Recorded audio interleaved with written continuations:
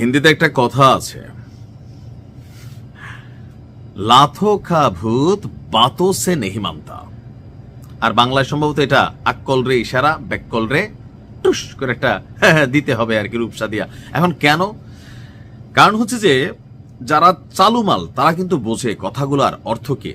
অনেক আগেই এই বিতর্কটা ছিল, তবে ইরান এই জায়গাটাতে আমি জানি না ওই বানিয়াচং থানা পুরাই দিছি মাহাদির মতন কি জোশে আইসা এই ঘটনাটা করলো নাকি আসলে এই ঘটনার সাথে কানেক্টেড ছিল। খেয়াল থাকার কথা, যুক্তরাষ্ট্রে প্রেসিডেন্ট নির্বাচনের সময় 2024 সালে জুলাইয়ে বাটলার রেলিতে একটা সমাবেশ ছিল ডোনাল্ড ট্রাম্পের, মানে কি বলা যায়, জনগণের সাথে নির্বাচনী প্রচার প্রচারণার। ওই সময় তার উপর একটা হামলা হয়েছিল, কান ছ্যাদ কইরা এরকম টাচ করে একটা বুলেট চলে গেছিল, মুহূর্তের মধ্যে পড়ে গেল। পরে যে কোনো কয়েকজনের গ্রেপ্তার করলো।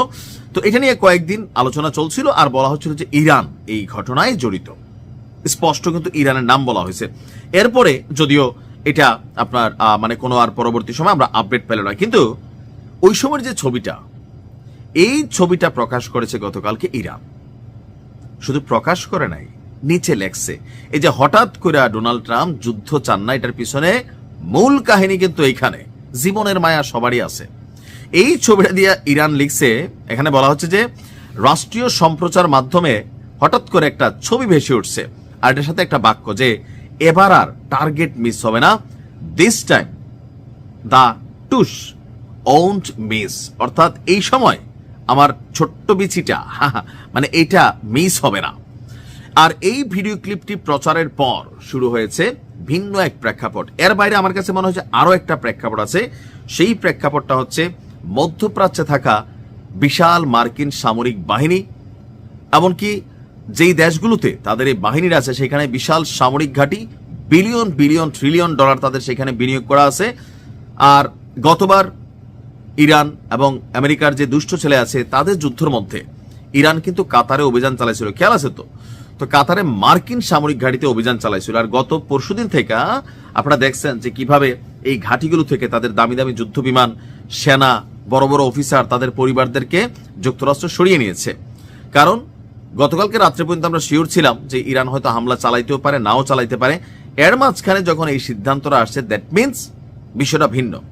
অর্থাৎ মধ্যপ্রাচ্যের এই ঘাঁটিগুলোকে নিরাপদ মনে করছে না যুক্তরাষ্ট্র। অপরদিকে এই দেশগুলোর যারা মালিক, লাইক সৌদি আরব, তারা বলে দিচ্ছে ভাই আমার মাটি ব্যবহার করতে পারবে না। তো মনে করছে আকাশ, না না না, ওইটাও না, আমার আকাশ দিয়ে উইরা গিয়ে কোনো ঘটনা ইরানের সাথে ঘটানোর সুযোগ নাই।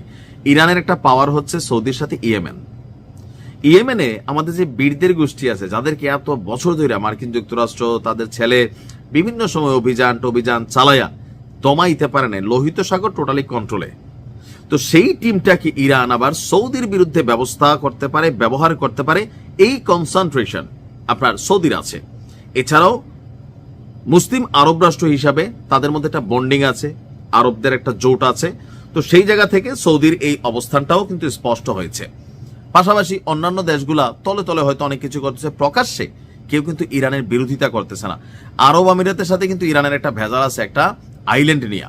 তো সেইখানে আমরা দেখছি যে তলে তলে আসলে কি হইতে পারে। তো সবকিছু মিলিয়ে আমার মনে হয় ওই যে ট্রাম্পের সেই ছবি আর 2024 সালের জুলাইয়ে বাটলার রেলিতে যেই ঘটনা ঘটছে, এটাকে যখন প্রচার করা হয়েছে যে আরো একটা পরিকল্পনা ইরান চাইলে করতে পারে, ঘটছে তো ঘটনা, যদিও ইরান এটার দায় স্বীকারোক্তি নেয় নাই তখন। বাট এখন এই যে দিল, এটা তো আবার বিপদ হয় কিনা আমি সেটা ভাবতেছি, যে মার্কিন যুক্তরাষ্ট্রের প্রেসিডেন্টকে আপনি হিট করে ফেলছেন, টাচ করে ফেলছেন, সো আপনারা তো ছাড়বে না মার্কিন যুক্তরাষ্ট্র।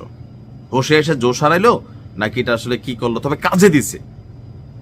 বাট কিছু একটা ঘটতে যাচ্ছে, আমার মনটা বাইরে যেতেছে, আল্লাহ ভালো জানে। ভালো থাকো।